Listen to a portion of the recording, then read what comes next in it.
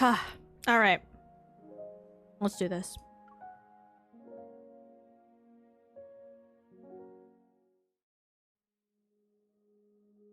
In the early morning, street lamps cast a bright, lonely glow across the snow-covered streets.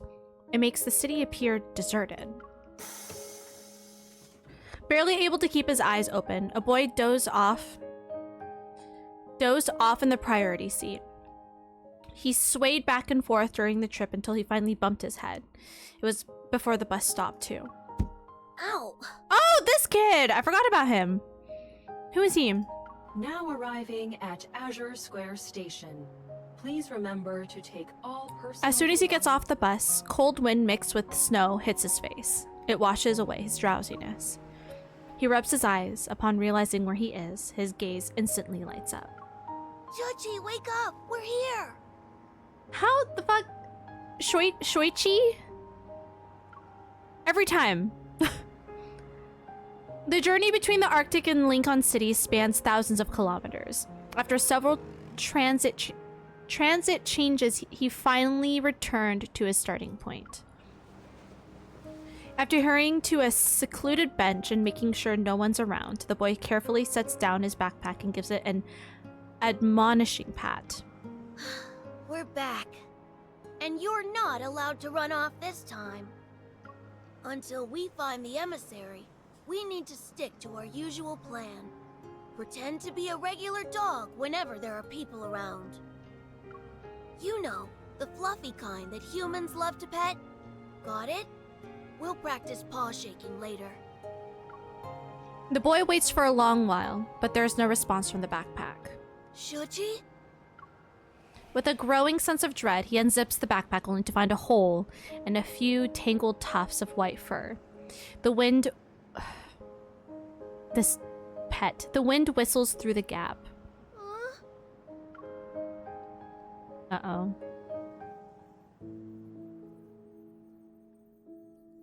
Hunters Association 2 days later. Studying the documents Zayne gave me, I searched through every library and archive in Lincoln City. I tried my best to uncover the information about cosmic civilizations hidden in the biometric key, but every search has come up empty. Several days of running around have taught me one thing, though. Unlocking the key's secrets won't be something I can accomplish overnight. But right now, there's something else. Something else has caught my eye. Or caught my attention.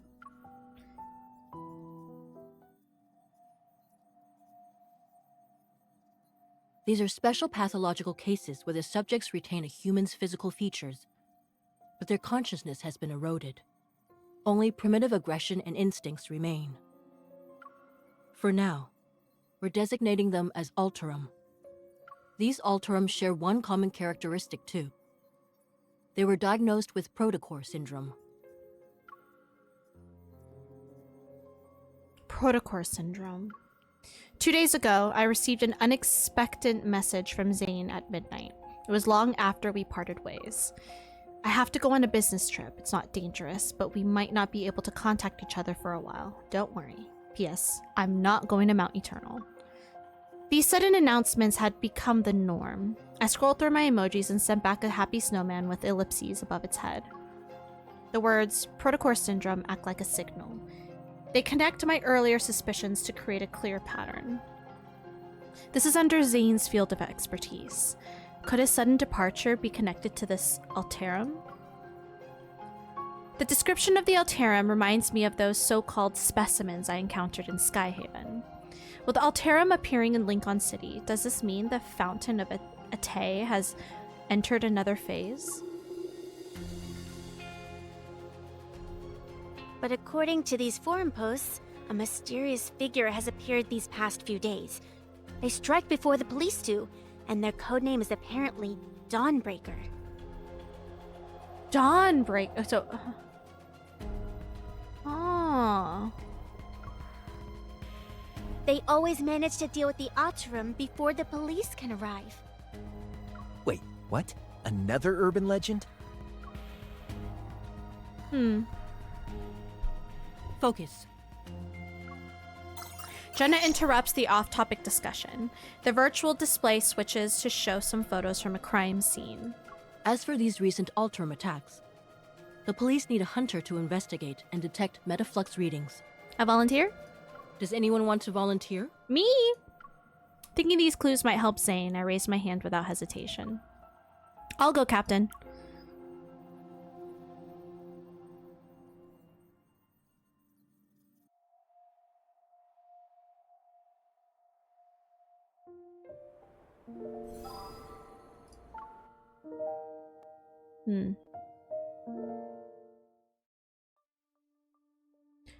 Northern Ring Road crime scene. After receiving assistance credentials for my investigation, I head to Northern Ring Road that's located in the downtown area. A detective lifts the barricade tape and approaches me. After we shake hands, he leads me to the crime scene. Thanks for coming out when there's all this snow. I'd like to say the same thing to everyone else who's here. I set up the precision scanner I brought on the ground and turn it on. Once the scan is complete, the data will be uploaded to the cloud that the association can access. Then a detailed report will be generated for police use. Perfect. We've received some of the restored surveillance footage, so we can take a look at it. The surveillance equipment was damaged by the cold, though. I'm afraid the video quality won't be great. I thought Lincoln City's outdoor surveillance systems were designed to withstand low temperatures. The temperature dropped far below the equipment's tolerance threshold. It's safe to say the damage wasn't caused by natural means. In the low-quality footage the detective hands me, I manage to spot an unsettling figure lurking in the darkness. The creature's form is distorted. Weapons that look like hooked tendrils grow from its body. Compared to the ones I've encountered before, they seem to have grown significantly stronger. What about Dawnbreaker? Did you catch them on camera? The detective shakes his head. They managed to avoid being captured by the surveillance system. Meticulous and efficient, I'd say.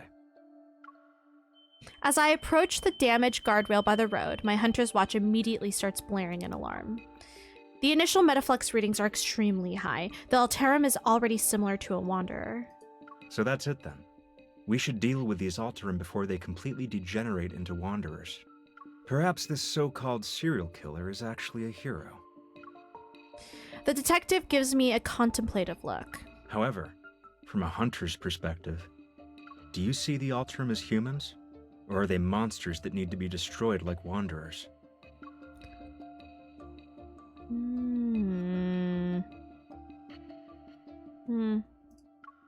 The line between humans and monsters depends on whether they've lost control. Once someone loses control, they become a monster capable of hurting others. It doesn't matter how prestigious their status might be. What a thought-provoking answer. The sharp wail of an ambulance siren cuts through this wind and snow. It grows louder as it approaches. We both look up, our gazes following it. Wanderers? Alterum? The Deepspace tunnel? Sometimes I think about the kind of fantastical world I'm living in. If a disaster even worse than the Chrono Rift catastrophe arrives, how much could humanity really do? So the authorities are covering this up and classifying it as an accident. They must be trying to prevent the public from becoming even more panicked. He nods before shaking his head. The Alterum will cause panic, not the murderer. Seeing my confusion, he smiles. A blood-stained murderer is more relatable than these abominations. Yay or nay? Maybe I'm overthinking it, but something about this detective seems off. In any case, the association will provide the police with a formal energy analysis report. I should get going now.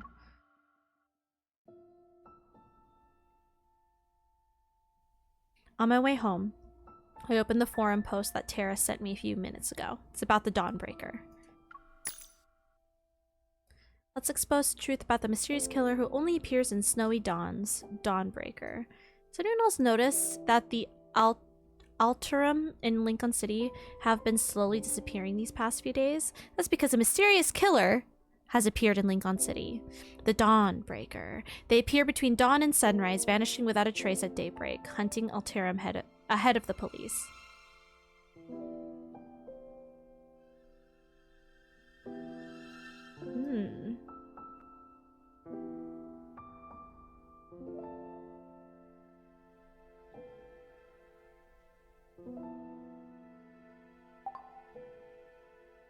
Dawnbreaker.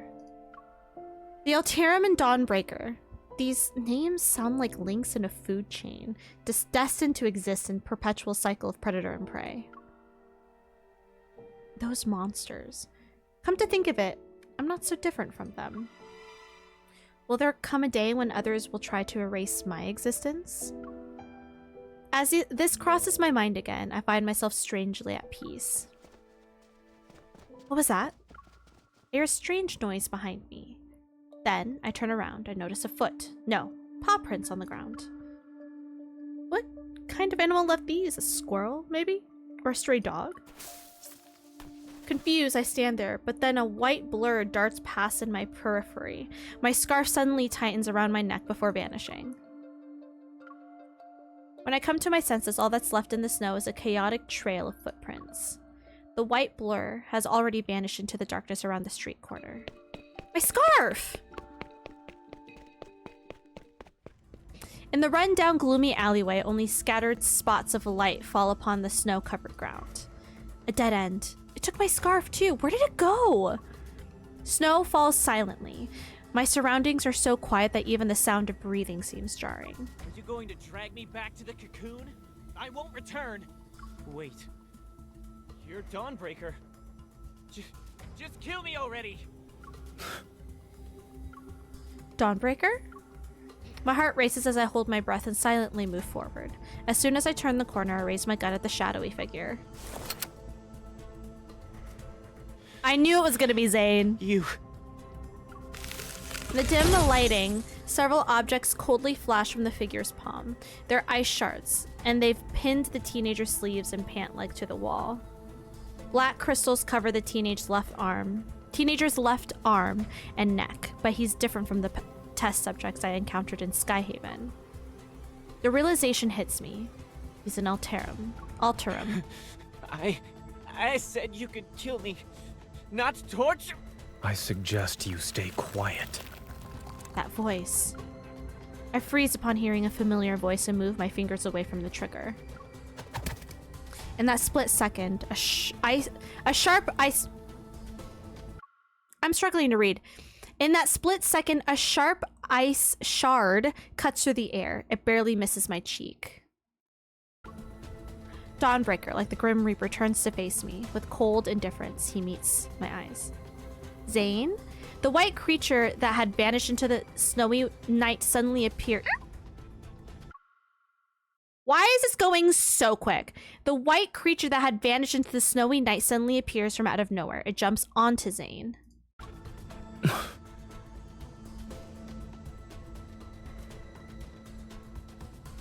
Huh? Wait, so Zayne and that kid are related somehow? Not like blood related, but I meant like they know each other.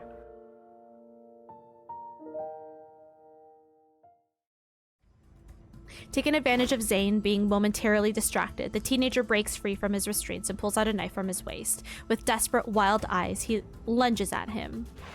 But his wrist is cut and twisted again. The cracking of a dislocated bone echoes through the alley. Ow. Eey. What exactly is this cocoon you speak of? Why do you need to know so much? As if the word cocoon was burned into his nerves, the teenager suddenly jerks away. He clutches his crystallized left arm as he frantically runs to hide behind me.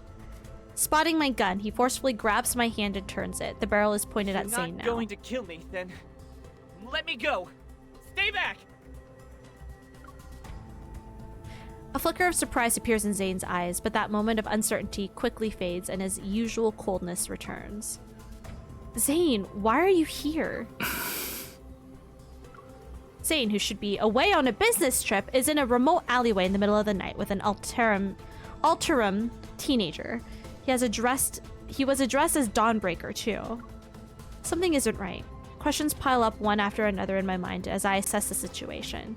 I slowly try to free my hand from the teenager's grip. You haven't gotten to the point where death is necessary. Zayne and I speak almost at the same time. I'm once again taken aback by the coldness in his voice. But after tonight, that might change. The crystals will erode your body. Your skin will be split open, and your bones will be ground to dust. When it reaches your neck, you'll lose your voice. No one will hear you scream. Oh. The person I've met before is the same one standing before me, yet this version of Zayne feels like a stranger. His voice is cold, his gaze is cold, even his breath is the epitome of coldness. Something seems to trigger a memory in the teenager. His voice trembles as his body curls like a bow being drawn back. He buries his face into his knees. You're right. They all died like that after emerging from their cocoons. Cocoon? Cocoon! I want to live. But if I'm going to turn into a monster, what's the point? Rather than let the cocoon turn me into a mindless monster, I'd rather die. Zayne remains silent, and he lowers his gaze as ice crystals silently form in his palm. Is he really going to do this? A dignified death doesn't exist. Thinking you're in control of the situation by choosing to die, you're only comforting yourself with a lie. Did you escape just so you could die like a dog? Don't lecture me with that nonsense! The teenager straightens up and lunges at me again, his hands trembling uncontrollably, yet he grips my gun with all his strength, refusing to let go. You're a hunter. A hunter's gun can kill a monster like me, right? Pull the trigger already! No! You can't be serious. With a flick of my wrist, I toss the hunter firearm away and kick it out of reach. The teenager desperately lunges for the firearm, but Zayne catches him by the waist and pins him against the wall. Stay calm. Focus on my breathing. Exhale. Inhale. You're trembling. I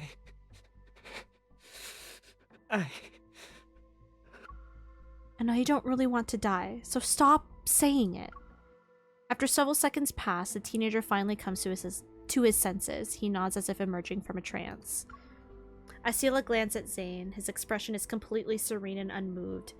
It's as if he's an aloof observer standing at the crossroads between life and death. I move closer to Zayne, firmly hold his hand in place, and give the teenager a gentle smile. You heard what he said, right? He said you can't die yet. He's the best cardiac surgeon in the city, and if he says there's hope for you, then you can be optimistic about the future. He's a doctor? I know he may not look like the part right now, but he really is the best in his field. Just don't misunderstand his intentions. You need to go. Now. The teenager freezes for a moment. As soon as Zayne shifts his foot over so slightly, the teenager spins around and runs away.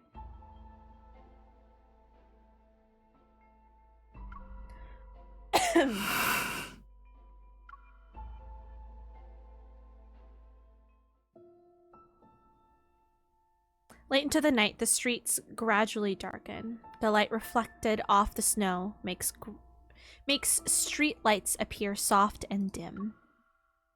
After watching the teenager leave, I turn back to look at Zayne, who feels like a stranger. The small animal of unknown breed stubbornly refuses to let go of his coat. It whimpers as he pushes it to the ground again. Now that it's just the two of us and this dog. Anyway, you can tell me what's going on, right? Did your business trip end early, or did Axo Hospital call you back for an emergency? While I'm still asking questions, Zayne bends down to pick up the snow-covered scarf. Then he stares at me as if trying to confirm something. Is this yours?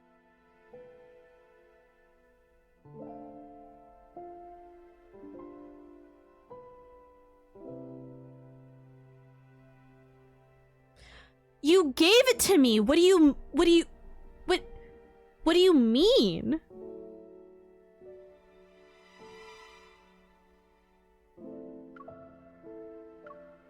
If I remember correctly, this is the scarf you picked out 3 days ago. Oh, then it's mine. As soon as he says this, Zayne walks right past me. You don't know me? Why are you suddenly acting like you don't know me? Should I know you? Huh? If there's nothing else, I'll get going now. What? But your home isn't there. I know. He stops in the snow and gives me a cold glance over his shoulder. His voice is devoid of any emotion. The subway station is this way.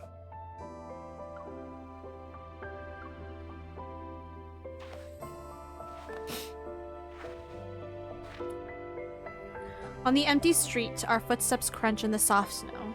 With his tall stature and long legs, Zayne strides quickly and widens the distance between us. I have no idea where he's heading or why he's acting like he forgot who I am. All I can do is quicken my pace and catch up to him. Zayne, answer me! I step in front of him to block his path. A mix of frustration and disbelief makes my chest tighten. What's the matter? That's my line. Has your evil gone out of control again? The puppy whose species I don't recognize catches up to us. Its gaze flits between him and me. No, I'm perfectly fine. I don't like this. Zayne casually brushes me aside and continues walking. I don't like this. Hey, I think a couple is breaking up in the middle of the street. The puppy quickly shakes the snow off its body, gives me a sympathetic look, and then runs after Zayne, who's already walking away. The two figures soon become dots in the snowy night. Whether it's because of frustration or anger, I stubbornly walk away without looking back, but after a few steps, I feel like something is wrong. Wait, the direction Zayne's heading in.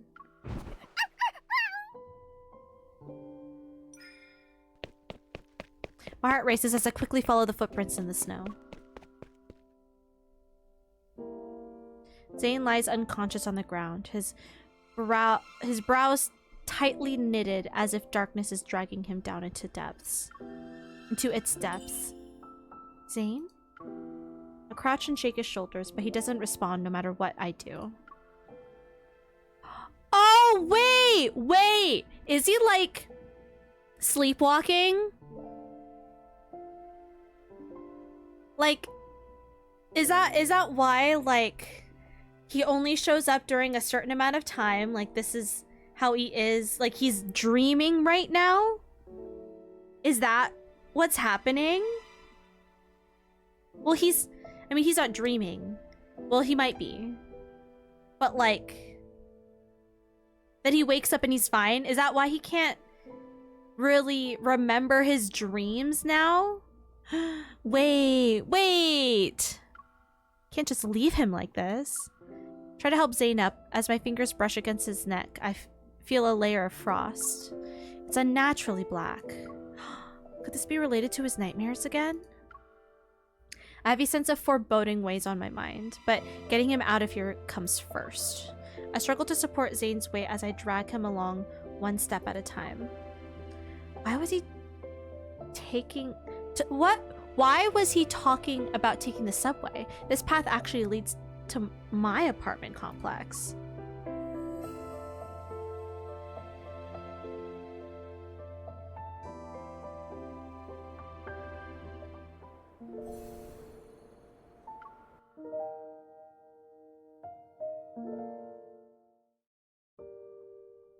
With his weight pressed against my shoulder, even a usually short walk home felt endless. Zayne and I practically collapse onto the bed together. The snow from our coats scatter onto the floor. The little white animal anxiously bounces back and forth from on the sofa. I pick it up and gently shake Zayne.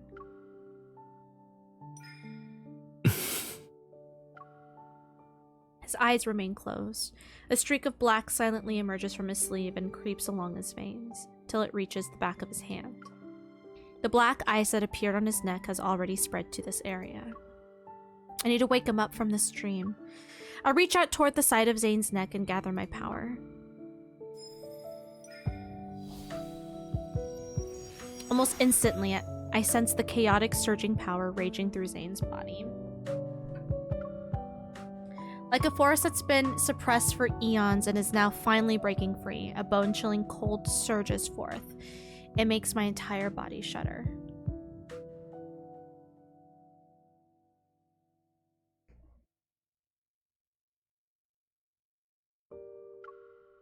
The power within his body is unstable. That's why he lost consciousness. At that moment, Zayne's eyes snap open and he grabs my wrist. What are you trying to do? He grabs my hand and pins it. Encased in ice, my wrist is already stuck to the wall once I realize what's happening. I take several deep breaths to compose myself. I'm trying to help you treat the black ice. When did it start appearing? While I was dreaming. He lets go of my wrist, and the ice crystals dissolve with it. I guess there's no point in asking. To my surprise, the black frost didn't disappear after our resonance. It stubbornly remains on his body. Nevertheless, Zayne appears much better than before. Remembering how cold he felt, I take out a thermometer to check Zayne's temperature. Extremely low temperature detected. To protect the device and extend its service life, the system will be automatically turned off in 1 minute. The reason for the extremely low temperature isn't concerned and tries to prop himself up. Seeing this, I pull out an old-fashioned infrared thermometer and aim it at him. Freeze! I press the sensor against his forehead and playfully pull the trigger. You're being childish. As expected, he doesn't move. Beep! Lost in thought, I stare at the screen showing his abnormally low temperature. No wonder all the surveillance cameras at the crime scene were damaged by extreme cold. Even though I'm not sure if it'll help, I take out 2 fever pills and hand them to Zayne, along with a glass of warm water. That's medicine. It's bitter. I'm not consuming it. You're a doctor. You of all people can't complain about bitter medicine. For what must be the first time in his life, Zayne's face shows an expression that can only be described as, okay, and? Not knowing how to help him recover, I head to the kitchen and make fresh carrot juice. I doubt it'll do anything, though. Make him drink it. Drink this instead, it's your favorite. You know my preferences that well? Zayne seems genuinely thirsty. He takes the glass, hesitates for a moment, and then chugs it in one go. He hates carrots. Well, do you want to give a more detailed review this time? He meets my gaze as the entire glass of carrot juice turns into a solid column of ice in his hand. It's awful. I see your hatred for carrots is written in your DNA.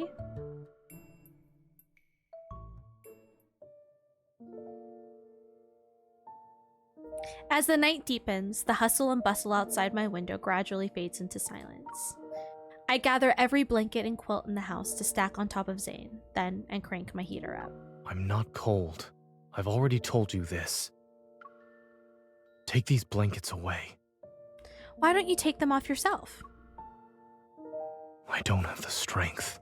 Yeah, well, then don't move.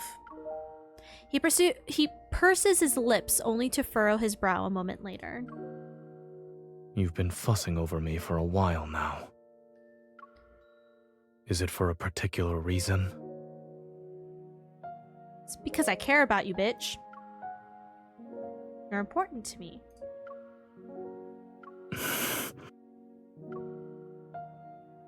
Uncertainty flickers in his gaze. I don't know what you're talking about. I I don't want him to see my expression, so I turn away. The real reason is simple, actually. When he falls silent, I push away my chaotic thoughts and turn his cold face toward mine.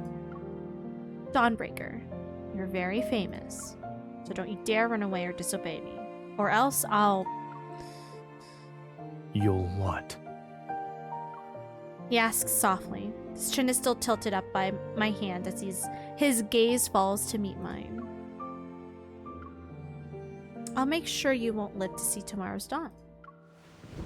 I yank the blanket up to block his voice and gaze in the darkness.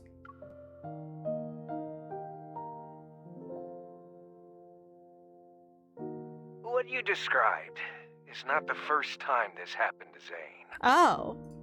I witnessed it once when he was doing research with me at Mount Eternal. He became a complete stranger overnight, and no one knew what happened to him. I figured this wasn't the first time Zayne had been in this state. Dr. Noah's words only confirmed my suspicions. How did he recover from it? That's something only he knows. Over the phone, Dr. Noah sounds just as troubled as me. Back then, he ventured deep into Mount Eternal by himself, as if he had something to do there. When we saw him the next day, he had returned to his usual self, the one we all knew. I guess whatever he needed to do was done. Mount Eternal. That place seems to be hiding a burden that Zayne has never been willing to speak about. But my intuition tells me that whatever change in Zayne must have happened before the Mount Eternal incident. Those black ice crystals, seemingly out of reach, they linger somewhere in the depths of my memories.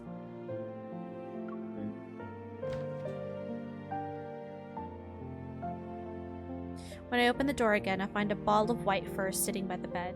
It's wagging its tail at me. When did you sneak in? As I get closer, I notice the creature is contained within a semi-transparent dome made from the ice evol. It restricts its movements. I don't even need to ask who did this. Zayne really doesn't show mercy, huh? The puppy-like animal lets out what sounds like a bark of agreement. I reach out to dispel the evil ice barrier. Then, I sit down with the creature in my arms.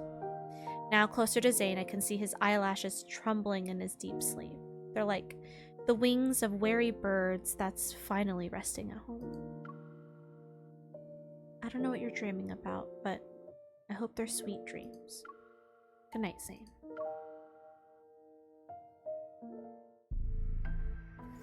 In the stillness of the night, only the white creature notices a faint sound.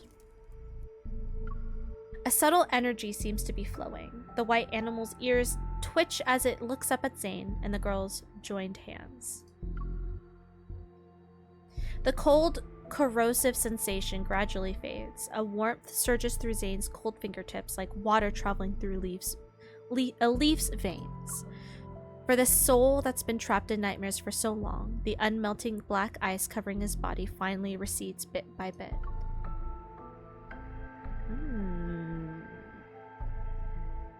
He's going to be back to normal. Beyond the snow.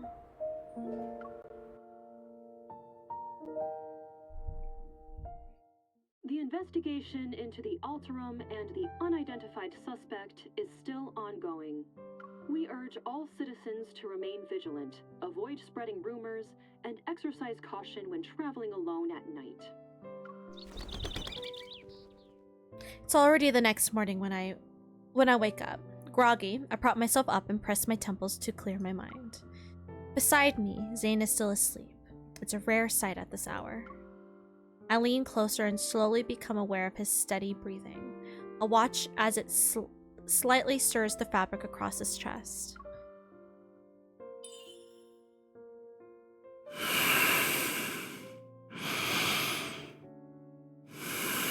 That is in my soul.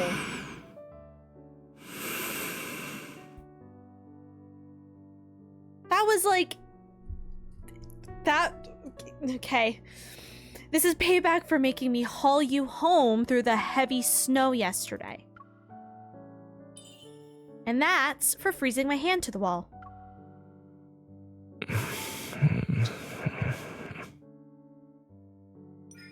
Holding back my laughter, I give Zayne's nose a gentle pinch. It really hurt when you froze my wrist, so I'll pinch your nose for that.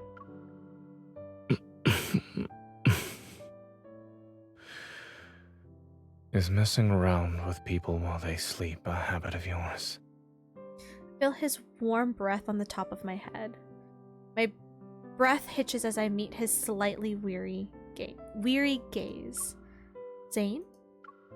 The morning light filters through the curtains and falls onto his tousled hair.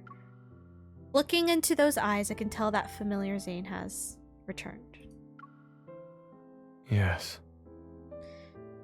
Joy wells up inside me as I wave my hand in front of his face. Are you finally awake from your nightmare? He nods, and as he stretches his neck, I see the black ice on his body has completely disappeared. You're actually back to normal. You could phrase that differently.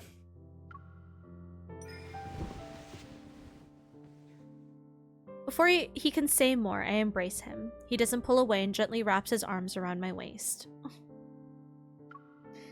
Congratulations, I'm the first person you saw when you woke up. Yesterday, when I was in that nightmarish state, did I trouble you? Yes. Yes, you did.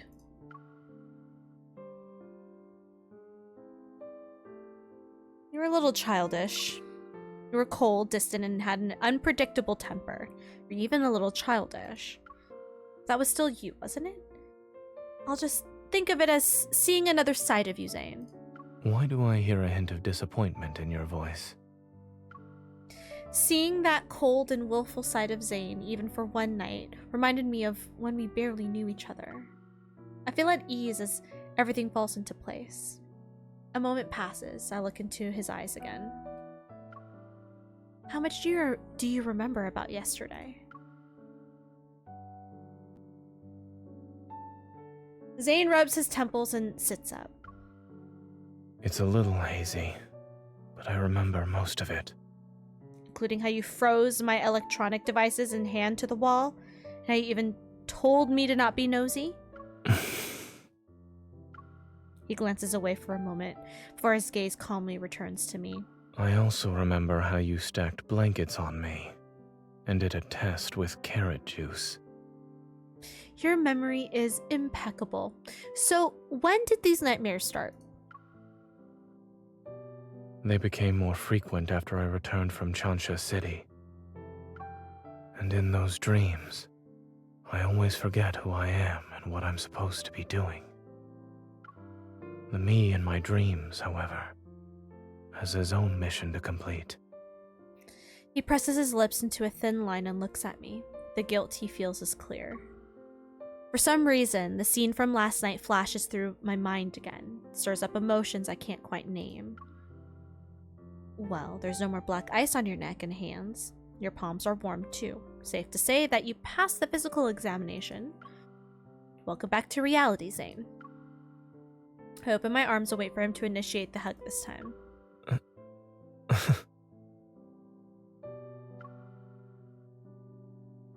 Zayne hesitates before leaning down. Then he wraps his arms around me. His warm breath brushes against my neck. Good morning. Please hold. Goddamn.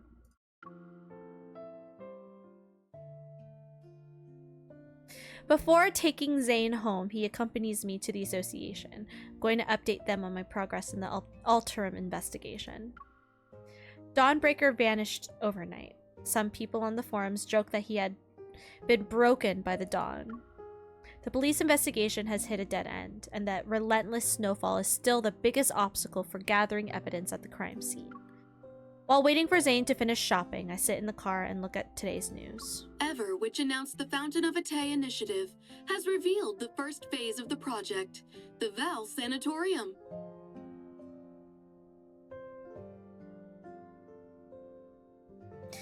Excuse me? According to several reports, Val Sanatorium is using medical pods called Rebirth cocoons to treat patients with protocore syndrome.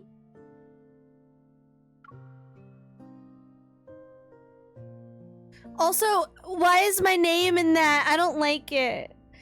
Rebirth cocoons? My mind quickly latches onto this word. I heard this term yesterday.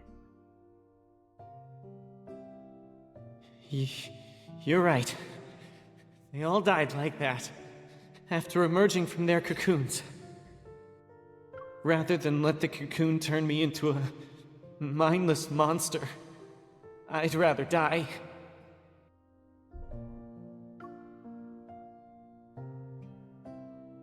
The cocoons the Alterum mentioned must be these rebirth cocoons. Sensing my troubled thoughts, the white creature pushes his fluffy self from the back seat to settle on my lap. Are you trying to comfort me? Thank you. When Zayne woke up, I asked about the animal. He said it belonged to some distant relatives. As for why he got lost, stole my scarf, and refuses to leave Zayne's side, Zayne says he's not sure. So, what kind of creature are you? I decided to take out my phone and use its image recognition feature. As the screen refreshes, it shows a majestic Baide? The divine beast of antiquity, knows all beneath heaven and earth. Is it Baide? With trembling hands, I cup his face. My gaze travels from his clear eyes to the tiny horns protruding like fresh sprouts near his ears. As I struggle to find the right words, Zayne returns to the car. He has a big bag of chocolates and dog food. Since you bought dog food, why don't you keep him? After all, your robot vacuum is the only other living thing in your house. Shouldn't it have a friend? That won't be necessary. My robot vacuum has its own social life.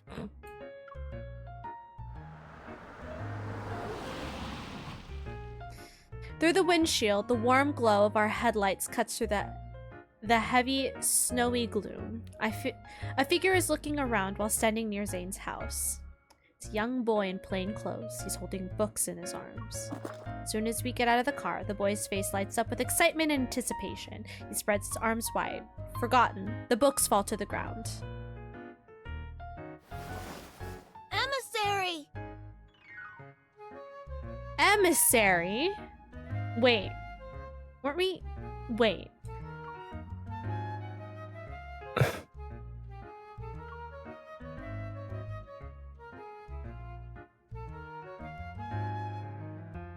Wait. Interesting. We're about to find out who the kid is! The unfamiliar teenager rushes towards Zayne, who's standing behind me. The mysterious little creature wagging its tail runs over as well. Soon enough, all three of them are tangled in a group hug. Let go of me. The teenager steps back. Then, he excitedly scoops up the small animal. So that's where you went, Shuchi. Why didn't you tell me? Shuchi? Watching this harmonious scene between human and animal, I'm touched. Then I quickly become confused. Whose kid is this? Zayne guides the boy behind him. The son of a distant relative. He loves sci-fi movies and cartoons. I suppose his latest hobby is running away from home.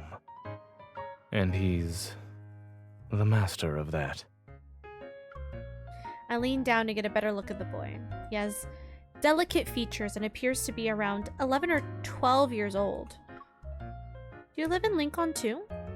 Well, you could say that. I live in the Fractal Library. Excuse me? In a nearby residential area. I want to know more about him! The Fractal Library? I've never heard of it before. Is it a new building? Knowing he's related to Zayne, I find myself adopting a gentler, friendlier tone. Is this little guy your pet? What breed? Actually, what kind of animal is it? He's just a regular pet dog. He's not special. Go on, Shuchi. Bark.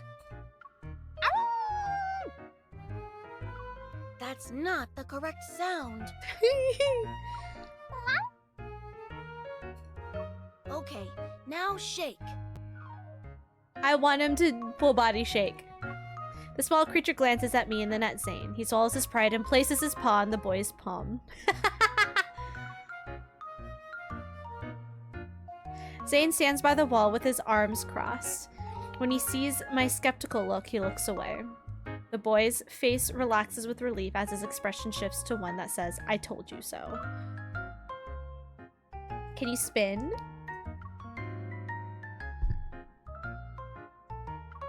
The small animal actually understands me and starts spinning in circles. He chases his tail. He really is a puppy? When did you learn to do that? Seemingly unable to watch any longer, Zayne waves his phone. I just got a text from his parents. They're going to pick him up. Already? Can't you stay for a while longer? I was actually planning to stay for a while.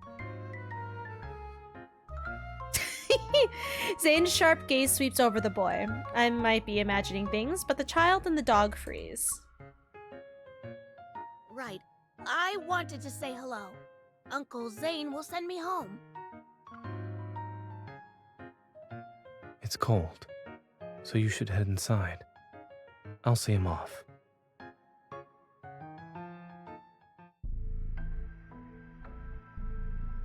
In the dim daylight, Zayne watches the girl wave goodbye. She's out of sight when she closes the door behind her. The boy catches a snowflake in his palm and silently watches it melt. Why did you come here? Hearing the scrutiny in Zayne's voice, the boy's expression shifts to match its severity. 7 years ago, you promised to take up the position at the Fractal Library. I traveled here because I'm asking you to fulfill that promise. You were selected as the Emissary of the Divine. Astra ordained it, and your nightmare is the greatest proof of this.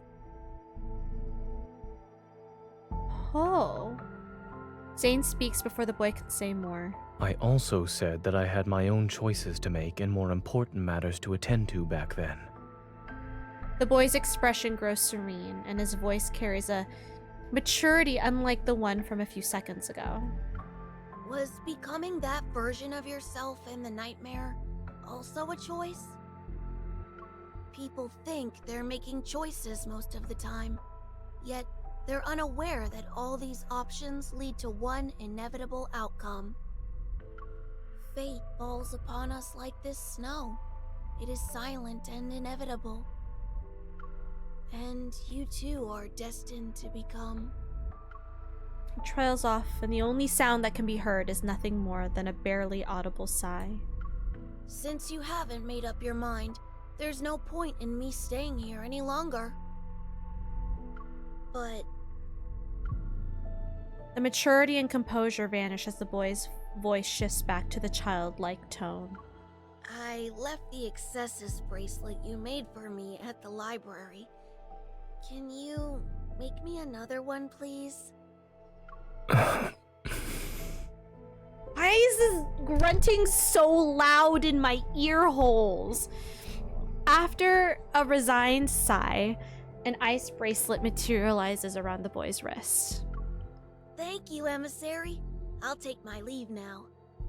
In any case, you're welcome to find me at the Fractal Library in Lincoln City. I'll be sure to visit you again as well. The boy slightly raises his hand and his fingertips touch the air as a geometric shape gradually unfolds.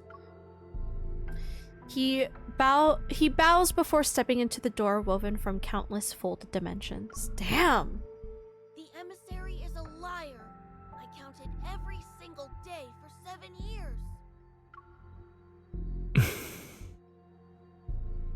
As if drawn to his accusation, the wind and snow seem to follow through the vanishing door. They're silent.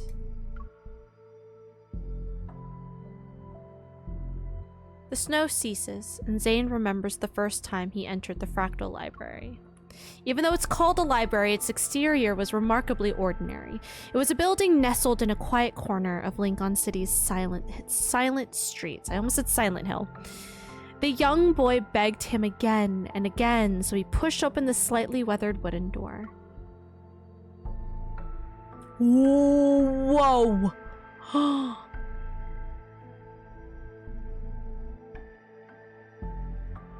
That would be incredible. I would love to go to a place like this. It kind of reminds me of that one library, or is it a library or like bookstore or something in Korea that's in the mall. I think it's in Gangnam Star something. It kind of gives me those vibes. I went there when I was there. I'm trying to remember what it was called. I'm sure someone knows what I'm talking about. I know Marianne would know what I was talking about if she didn't go to bed. There were neither bookshelves nor defined boundaries. Instead, an endless garden with intertwining paths appearing before him. And a library that seemed to belong to another world stood at the point where those paths converged. As soon as Zayne stepped into the backlight, he raised his head and saw countless bookshelves. They reached toward a tower's summit where sunlight poured in. Hear me out, hear me out. What? Hear you out for what? How much to get you to Spider-Man up those bookshelves?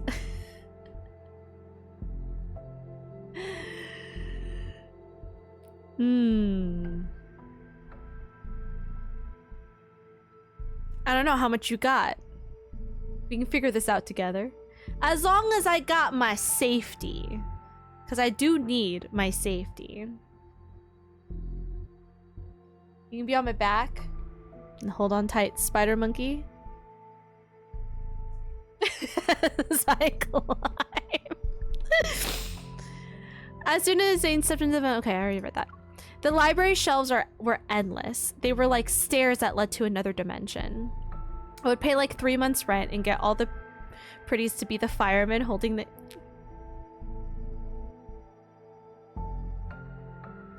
Down. Bet. I'm here for it. I'll take it. Then, a young person approached them and claimed that Zayne and the young boy were the administrators of this place. In addition, Zayne was destined to become the Fractal Library's owner. The young person told him that the Fractal Library, which stood at the intersection of dimensions, didn't really exist in any galaxy. It didn't belong to any civilization either. And each book in the library contained the fate of a world. Zayne wondered if his own fate was among them. Perhaps his nightmares were hidden within a page of these large volumes from the moment he pushed open the door. On the night he returned home from the library, Zayne had a different dream. In that unfamiliar world, he wore robes as he walked in a very tall tower. He was leafing through an ancient tome. Between its pages lay a jasmine petal from a spring day, and that spring day belonged to a timeline he had erased with his own hands. It would forever remain unknown to anyone. Ooh. Ooh. Interesting.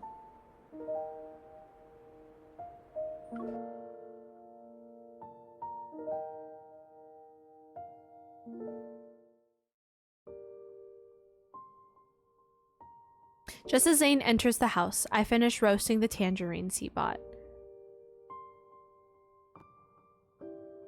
Roasting tangerines?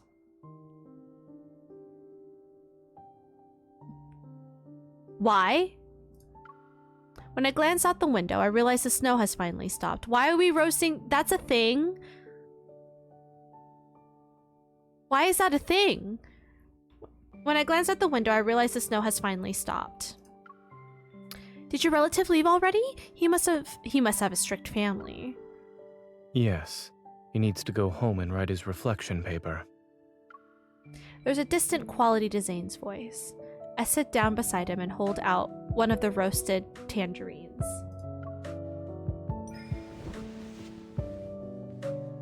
The weather is perfect for roasted tangerines. Try it. But this is a thing? I don't know why I can't wrap my head around it being a thing. He stares at me for a long time before finally eating a piece of the tangerine. You don't want to know what happened during the past few days when I disappeared? If the explanation is going to be filled with medical jargon, then no. As for the rest, Zayne will tell me when he wants to, and if he doesn't want to, that's his choice. Can't help but smile at my deliberate emphasis on those last words. He takes the half-peeled tangerine from my hands. Soon after, a warm orange slice is brought to my lips. I said goodbye 3 days ago because I had accepted Carter's invitation. I'll be joining the Fountain of Vitae research project. Huh? Seeing me choke and cough several times, Zayne raises his hand to pat my back. It's ultimately an excuse. Something unexpected happened, and the nightmare arrived before I could carry out my plans. Lately, Oxo Hospital has received a large influx of unusual cases involving Protocore syndrome patients. Some died shortly after hospitalization. Others transformed within a month and became... An Alterum. Zayne nods. All these patients had recovered at Val Sanatorium after entering a medical pod called the Rebirth Cocoon. Oh, so that's like an actual thing. I thought they just took my name. For some reason, like, oh, we're gonna insert MC's name. No, that's what it's called. So Zayne just said my name.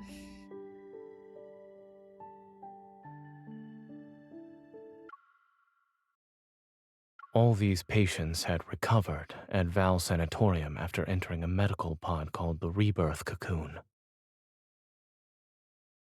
Oh. I'll take it. Carter told me that Ever will soon hold a press conference to demonstrate the Rebirth Cocoon's effectiveness to the public. Wouldn't that mean more unsuspecting Protocore syndrome patients will go to Val Sanatorium? We can't let them do as they please.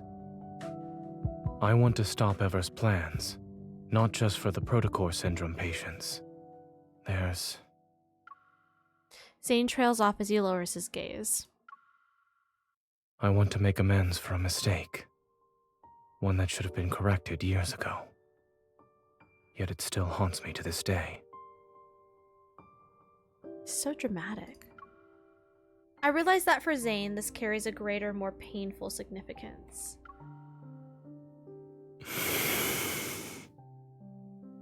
I know I disappeared without a word before, but... I forgot I changed the nickname from him to Darling, so I was very confused why he was just all of a sudden calling me Darling in main story. That's fine.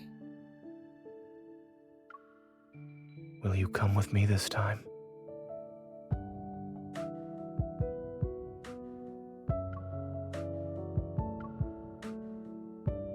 Asking me like that isn't fair. I know he helped me so many times before, and I'd agree to any request he makes. It's just... I still need a reason. Now that he's finally revealing everything to me, I won't let him have his way so easily. What's in it for me? The whereabouts of the ether core, dirt on Ever, or more leads about the biometric key? A few sweet words aren't enough to make me risk my life with you. I need more tempting reason or convincing reason. Ooh.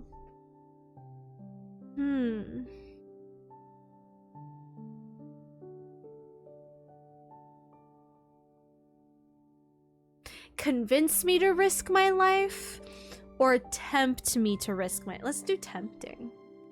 Need a more tempting reason. I tap his chest. Do you have anything else that might interest me?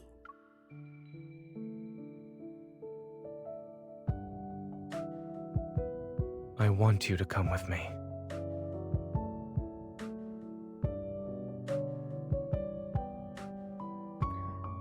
Oh. Well. He grabs my wrist and gently moves his hand to press my fingers into his palm. And I selfishly believe that if I asked you, you'd do it.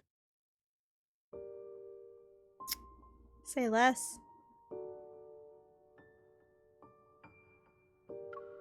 Dazed, I see something flicker out of the corner of my eye. A fluffy white tail. Zayne and I turn around at the same time. Shoichi, aren't you supposed to be with your owner? Crouched near the robot vacuum, Shoichi whimpers. Those clear, innocent round eyes look at me first and then at Zayne. You're staying here to watch the house.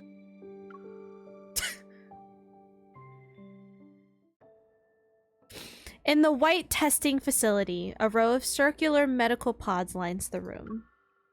Surrounded by soft, silvery light, they float in the air. Their translucent walls gleam with tranquility. Exquisite and graceful, like meticulously crafted chrysalises, they pulse and contract with rhythm and beating hearts. Rhythm of beating hearts, my bad. At any moment, it seems their contents might break free and soar toward the sky.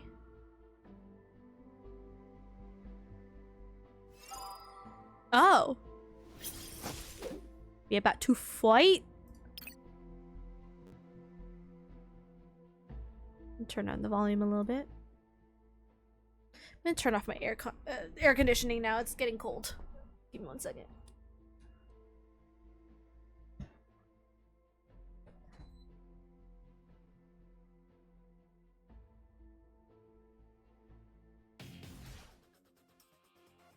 We'll depart when you're ready. Well,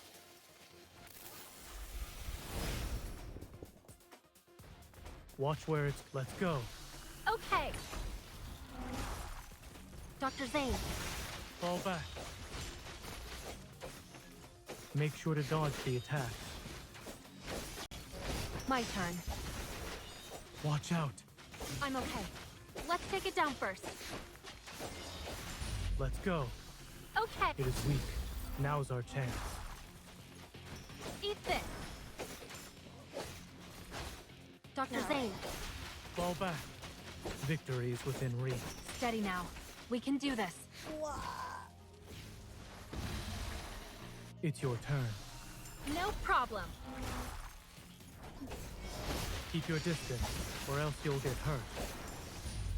Watch out. I'm okay. Let's take it down first. I'll show you. My turn.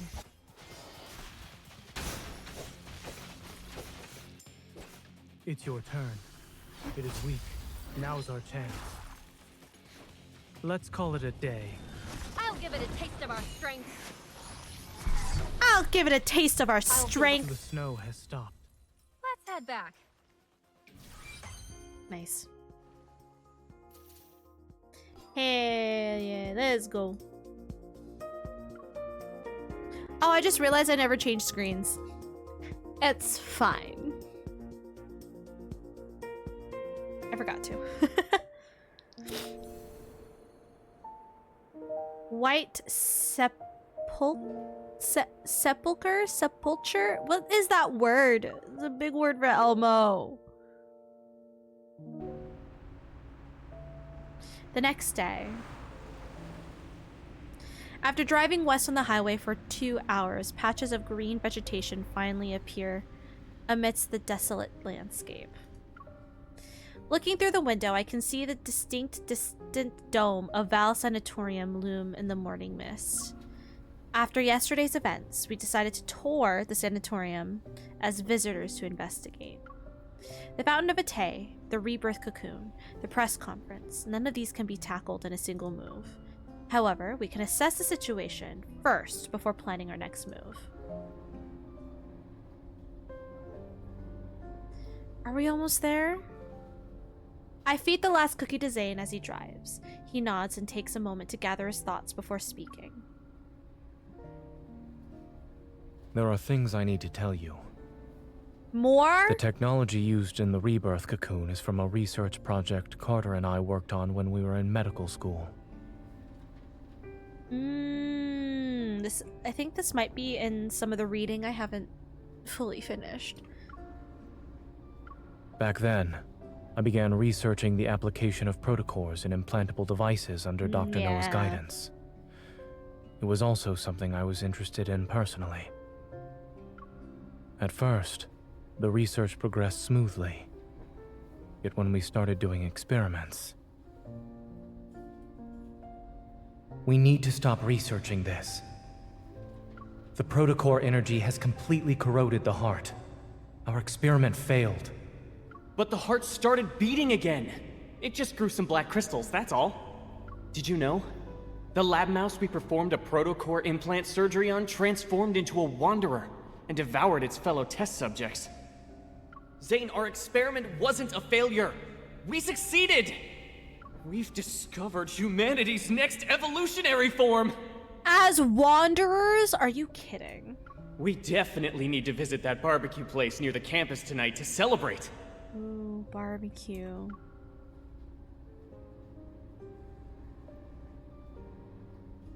The experiment didn't lead to new life. It turned people into wanderers, minions of a protocore.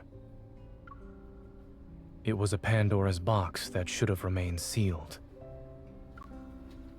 I destroyed all the related research data that day. I hope to keep this truth buried forever.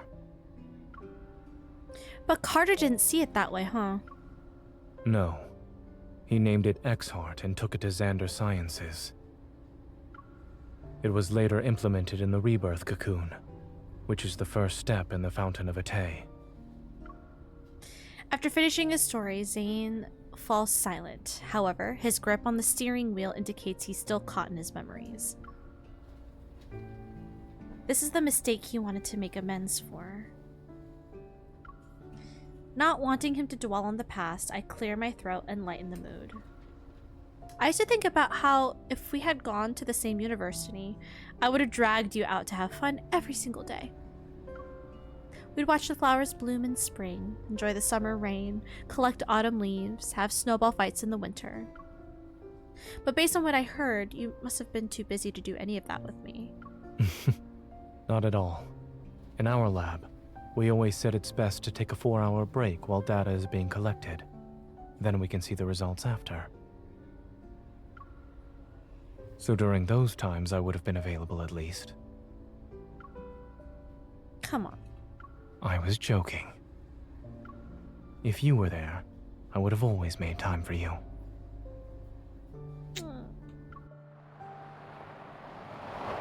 The car turns into a newly paved road, passes a sign that reads Val Sanatorium, and comes to a stop in the parking lot.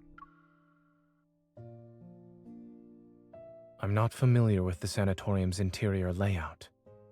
If you encounter any danger during this visit, remember not to go in alone.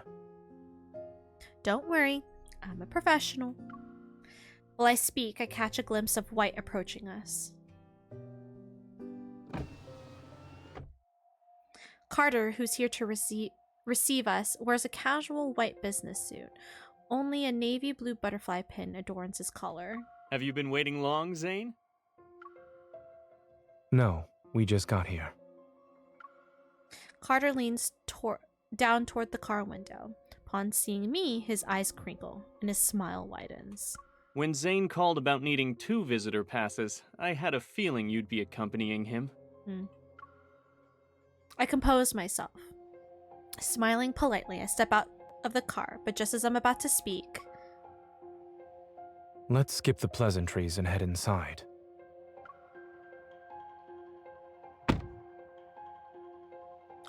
Ooh, pretty. Following Carter, we enter the long corridor that connects the parking lot to the sanatorium's lobby. My gaze falls on the emblem of the entrance. Under the curved shape are the following: Eternity vanquishes Evolution Restraint Group. Everg. Without a doubt, this is Ever's logo. Oh, Ever. I'm like, Everg! No, it's Ever. Carter activates the scanner, and a white light immediately sweeps over Zayne and me. A cheerful, electronic female voice speaks. Visitor identification verified. Zayne. I am Telomere, the AI management system of Val Sanatorium. Welcome to our facility. We hope you have a good day here at the sanatorium. The door slides open and we enter the first floor lobby of Val Sanatorium. Pristine white surrounds us.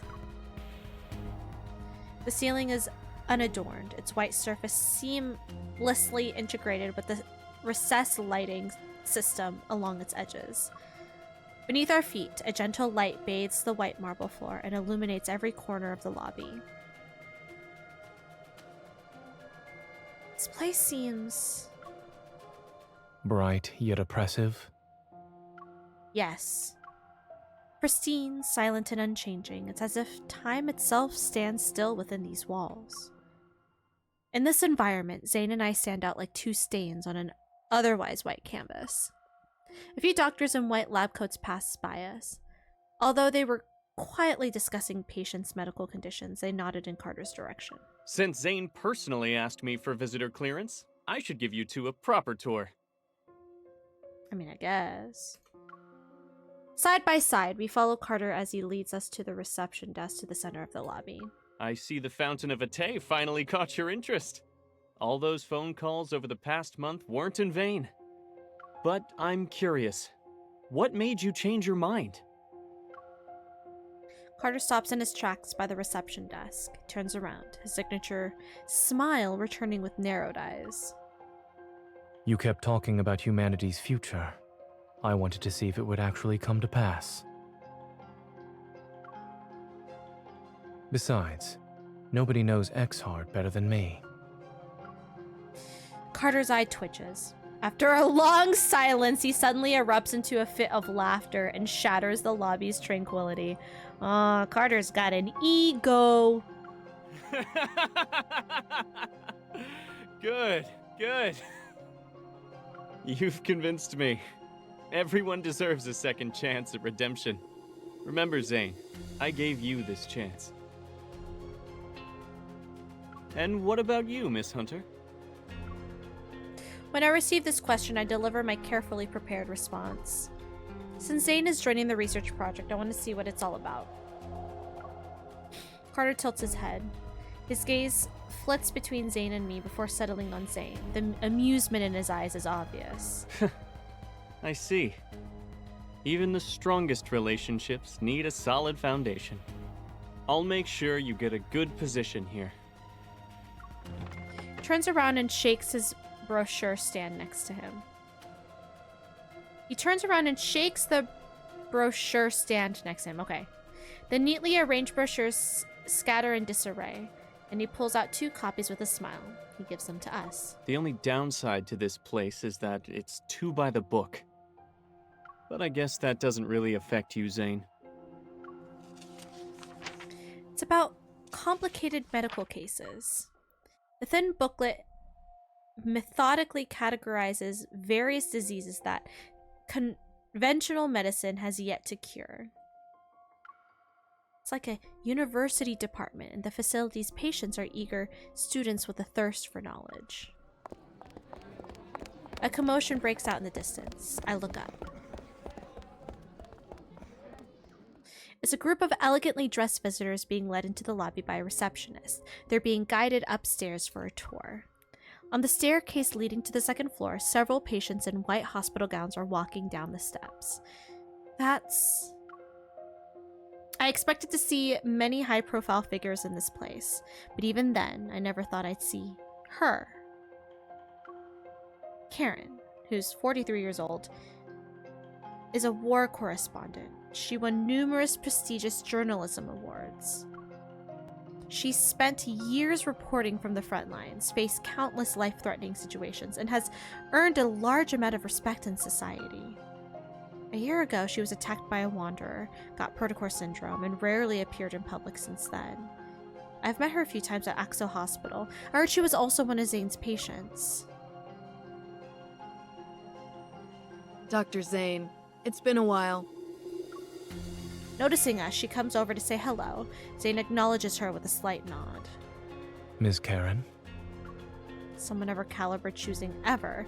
That's probably the best endorsement they could ask for. I heard that when she left Axo Hospital, she had less than 2 months to live.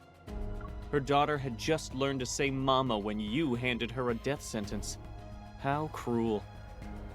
Dr. Carter, the patient in room A504. Carter gestures for us to wait a moment. Then he takes a few steps to discuss something with the man at the front desk. Noticing my silence, Zayne stops in his tracks. What are you thinking about? It's nothing. I just realized that Ever seems to have a knack for exploiting human vulnerabilities by any means necessary. How else could they gather people from different backgrounds and beliefs and make them devoted to a single cause? The key to obedience isn't promising heaven, it's using hell as a threat. After all, everyone fears illness and death. Who's this?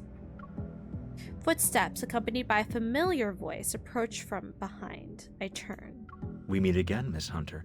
Who is this? Allow me to introduce myself. I'm Benedict, the director of Val Sanatorium. When did we meet him? I don't remember. But I remember he had another identity. I met him at the place where an Alterum died.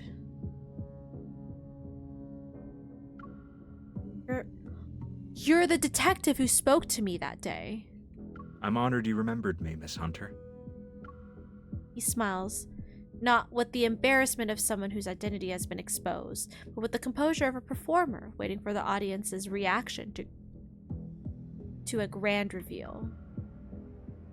Alarm bells ring in my mind, but he quickly shifts his placid gaze to Zayne. It's been a while, Dr. Zayne. Welcome aboard.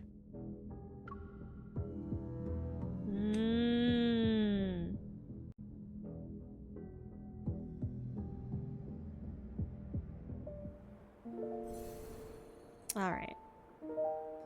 Let's do our battles.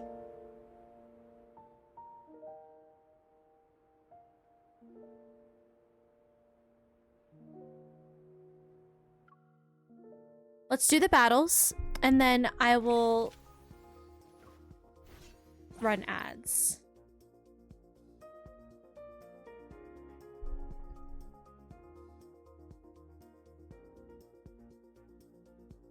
Because I need to do a bio break.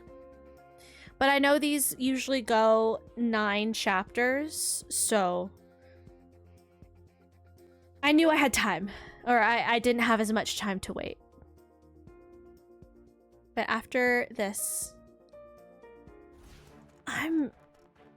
Even the darkest of nights will come to an end. I need your help. Leave it to me. This makes me feel like it's gonna be sooner rather than later that we're gonna see Caleb again. Coming. No.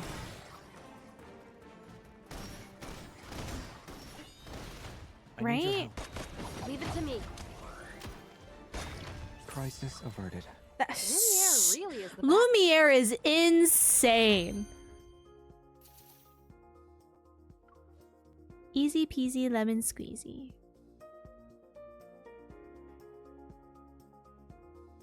Because Caleb is directly involved with Ever, right? And now we are getting closer. Well, I mean, now we're in Ever's lair at this point. Like, Ever's... What's, like, the belly of the beast? I don't know. I don't know what, like, idiom phrase I'm going for, but... is very closely involved in the Val Sanatorium. Even the darkest of nights will come to an end. Can I get a little bit of help here? Come, I need your help. Leave it to me. Oh, that's gonna be such an interesting plot point of when we find out Bring it on. what Caleb is hiding. I can tell you Which I feel like at this point, the next time we see Caleb is when we're gonna find that out. Lumiere, do you copy? I hear you. I need your help. Leave it to me. What I'm wondering is if we're gonna like I'm okay. Let's take it down first. get more background on like Bring it on. Caleb crisis averted. and the Gaia Lumiere Research really Center is the too. best.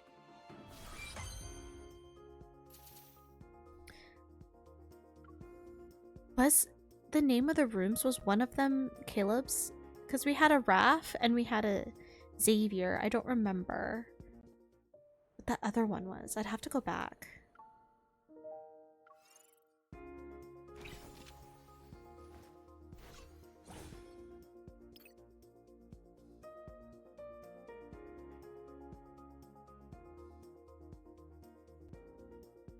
I love Lumiere. It makes things so much easier.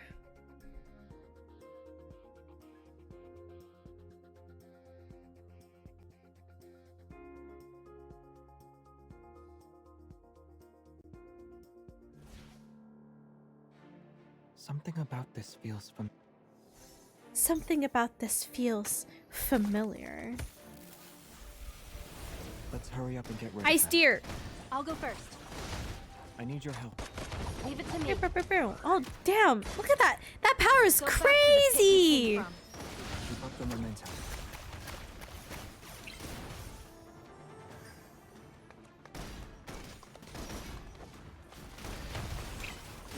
I need your help. Leave it to me. Why did we just waste so much? Don't overdo it. Bring it on. End it. Bruh. Crisis averted. Lumiere really is the best. I agree. Lumiere really is the best.